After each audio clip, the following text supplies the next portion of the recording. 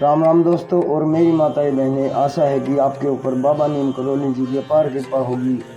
आपके घर परिवार में सभी कुशल मंगल हो, सभी बाबा नीम करौली जी के शरण में हो। यही मेरी प्रार्थना, यही मेरी अर्जी है बाबा नीम करौली जी के शरण में। मेरे प्रभु श्री राम जी, हनुमान जी और बाबा नीम करौली जी सदैव आपके ऊपर कृपा दृष्टि बनाए रखें। जय श्री राम, जय हनुमान जी की। दोस्तों और मेरी माताएं बहनें, आज मैं आपको श्रीमद् वाल्मीकि रामायण अरण्य कांड का 68वां सर्ग सुनाता हूँ। जटायु का प्राण त्याग और श्री राम द्वारा उनका दाह संस्कार। पूरा सुने मेरे भाई और इस श्री राम जी की महिमा में गोते लगाएं, आपके सभी संकट दूर हों, यही मेरी प्रार्थना।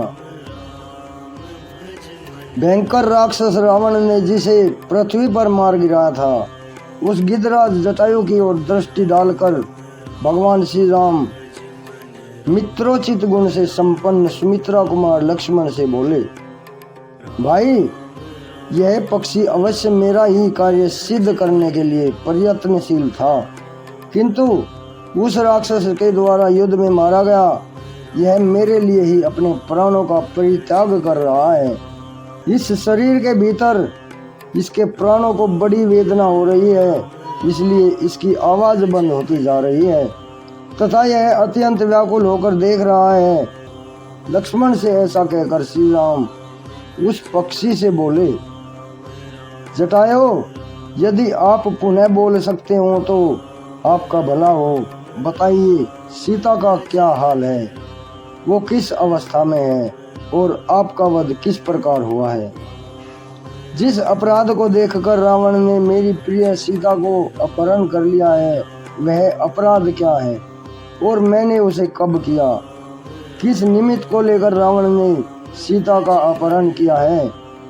पक्षी परवर सीता का चंद्रमा के समान मनोहर मुख उस समय कैसा हो गया था तथा उस समय सीता ने क्या क्या बातें कही थी। तात उस राक्षस का बल पराक्रम तथा रूप कैसा है, वह क्या काम करता है और उसका घर कहाँ है। मैं जो कुछ पूछ रहा हूँ वह सब मुझे बताइए।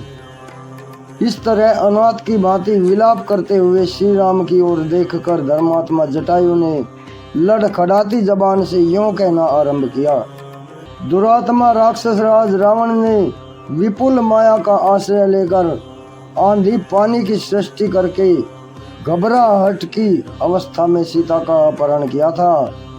तात जब मैं उससे लड़ता लड़ता थक गया, उस अवस्था में मेरे दोनों पंख काटकर वह निशाचर विदेह नंदिनी सीता को साथ लेकर यहाँ से दक्षिण दिशा की ओर गया है। रघुनंदन अब मेरे प्राणों की गति बंद हो रही है, दृष्टि घूम रही है और समस्त वृक्ष मुझे सुनहरे रंग के दिखाई देते हैं। ऐसा जान पड़ता है कि उन वृक्षों पर खस के केस जमे हुए हैं।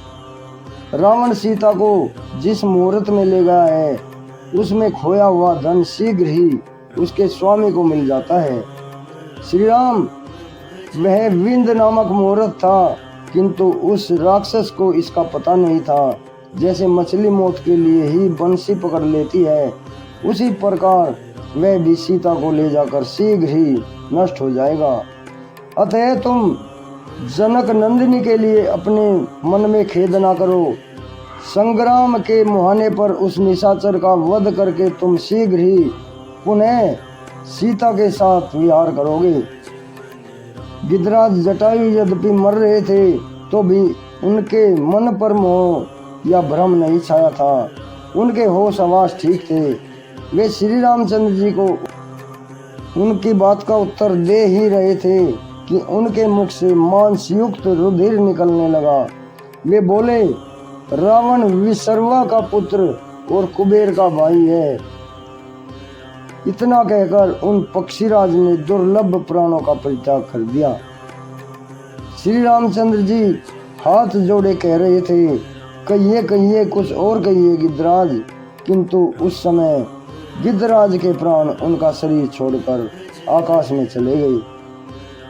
उन्होंने अपना मस्तक भूमि पर डाल दिया। दोनों पैर फैला दिए और अपने शरीर को भी पृथ्वी पर ही डालते हुए वे धराशायी हो गई। गिद्धराज जटायु की आंखें लाल दिखाई देती थी। प्राण निकल जाने से वे पर्वत के समान अविचल हो गए।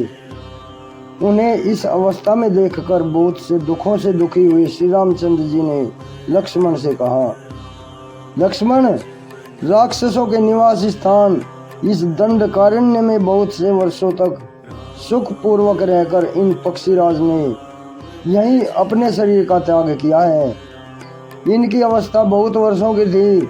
इन्होंने सुदीर्ण काल तक अपना अभ्युदय देखा है, किंतु इस वृद्धावस्था में उस राक्षस के द्वारा मारे जाकर ये पृथ्वी पर सो रहे हैं, क्योंकि काल का उल्लंघन करना सबके लिए कठिन है। लक्ष्मण, देखो, ये जटायु मेरे बड़े उपकारी थे, किंतु आज मारे गए। सीता की रक्षा के लिए युद्ध में प्रवृत्त होने पर अत्यंत बलवान रावण से हाथ से इनका वध हुआ है। बाप दादा के द्वारा प्राप्त हुए गीधों के विशाल राज्य का त्याग करके इन पक्षीराज ने मेरे लिए ही अपने प्राणों की आहुति दे दी है।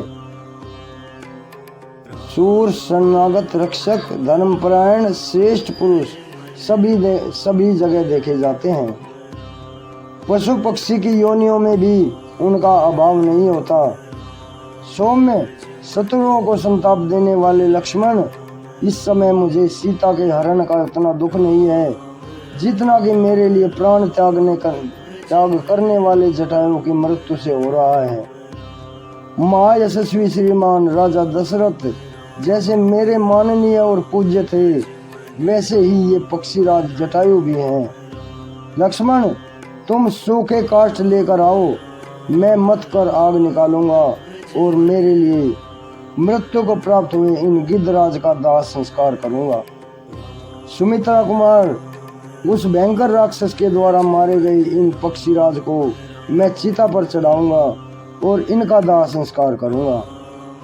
फिर वे जटायु को संबोधित करके बोले, महान बलशाली गिद्धराज, यज्ञ करने वाले अग्निहोत्री, युद्ध में पीठ न दिखाने वाले और भूमि दान करने वाले पुरुषों को जिस गति और जिन उत्तम लोकों की प्राप्ति होती है, मेरी आज्ञा से उन्हीं सर्वोत्तम लोकों में तुम भी जाओ।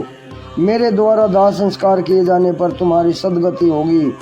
ऐसा कहकर धर्मात्मा श्री रामचंद्र जी ने दुखी होकर पक्षीराज के शरीर को चिता पर रखा और उसमें आग लगाकर अपने बंधु की भांति उनका दाह संस्कार किया। तदनंतर लक्ष्मण सहित पराक्रमी श्री राम वन में जाकर मोटे मोटे महारोही कंदमूल विशेष काट लाए और उन्हें जटायु के लिए अर्पित करने के लिए उद्देश्य से उन्होंने पृथ्वी पर कुश बिछाए। महायशस्वी श्री राम ने रोही के गूदे निकालकर उनका पिंड बनाया और उन सुंदर हरित कुशाओं पर जटायु को पिंड दान किया। ब्राह्मण लोग परलोकवासी मनुष्य को स्वर्ग की प्राप्ति करने के उद्देश्य से जिन पितृ संबंधी मंत्रों का जप आवश्यक बतलाते हैं, उन सब का भगवान श्री राम ने जप किया। तदनंतर उन दोनों राजकुमारों ने गोदावरी नदी के तट पर जाकर उन गिद्धराज के लिए जलांजलि दी। रघुकुल के उन दोनों महापुरुषों ने गोदावरी में नहाकर शास्त्रीय विधि से उन गिद्धराज के लिए उस समय जलांजलि का दान दिया। महर्षि तुल्य श्री राम के द्वारा दाह संस्कार होने के कारण गिद्धराज जटायु को आत्मा का कल्याण करने वाली पवित्र गति प्राप्त हुई। उन्होंने रणभूमि में अत्यंत दुष्कर और यशोवर्धक पराक्रम प्रकट किया था, परंतु अंत में रावण ने उन्हें मार गिराया। तर्पण करने के पश्चात वे दोनों भाई पक्षीराज जटायु में पितृतुल्य सुस्थिर भाव से सीता की खोज में कार्य में मन लगा। देवेश्वर विष्णु और इंद्र की भांति वन में आगे बढ़े। इस प्रकार श्री वाल्मीकि निर्मित आस रामायण आदि काव्य के अरण्य कांड में 68वां सर्ग पूर्ण हुआ। जय श्री राम, जय दोस्तों और मेरी माताएं बहनें, सभी देवी देवताओं का आशीर्वाद, श्री राम जी की महिमा सभी पूरा सुने और आगे भी शेयर करें। आपके घर के सारे संकट दूर होंगे। जय राम जी की।